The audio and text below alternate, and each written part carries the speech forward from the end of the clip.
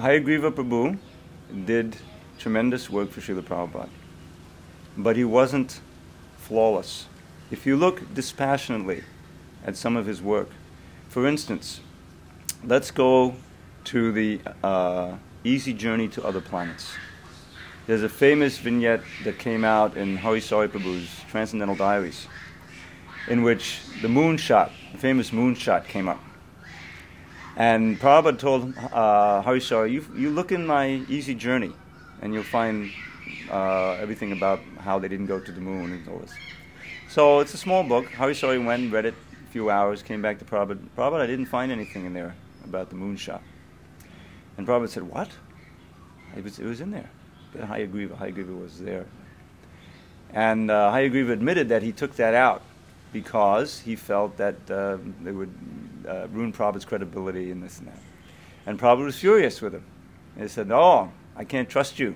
You know, this is not good. And Hayagriva was stubborn, and there was this whole argument. Finally surrendered. He was crying and this and that.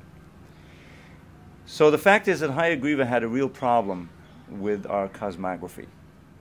And it comes out most obviously in the 10th chapter of Bhagavad Gita. In, I forget which verse it is, the one that starts, Nakchatrana Mahang Shashi.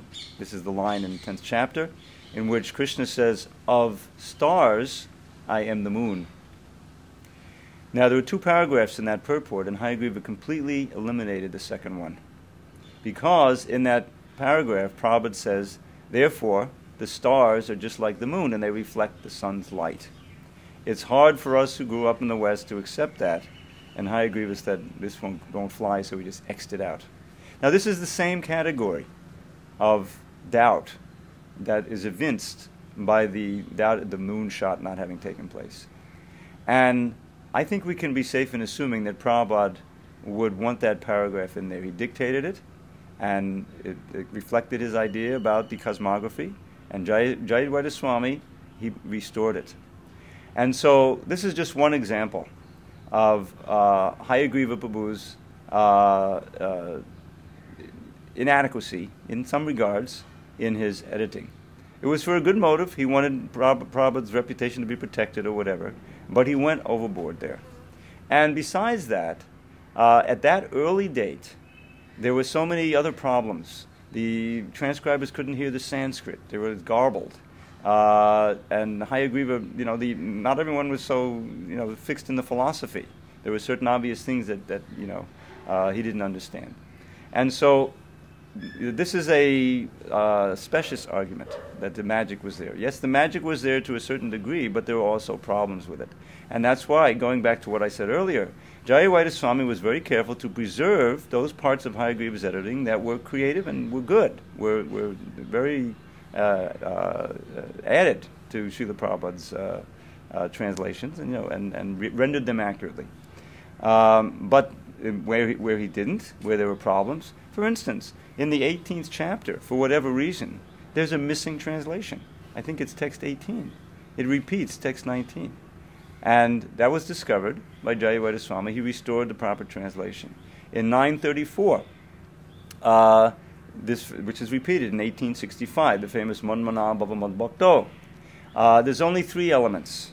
It says, engage your mind in thinking of me, worship me, and bow down to me, and with your mind fixed on me, you'll certainly come to me. It leaves out, become my devotee. This translation was read to Prabhupada at least 5 or 6 times, I have determined on the database. He never commented on it. But whenever he explained that verse, he always said, Bhava Mad Bhakto, this is the essential instruction. So he wasn't hearing editorially again. But who would say that this translation shouldn't be fixed? It's a glaring error.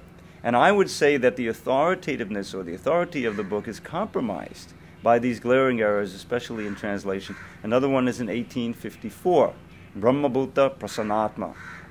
When one reaches the Brahmabhuta stage, he becomes fully joyful. In the translation, the fully joyful isn't there. Prabhupada often spoke about that point in the translation. Again, it was read to him, he didn't say anything.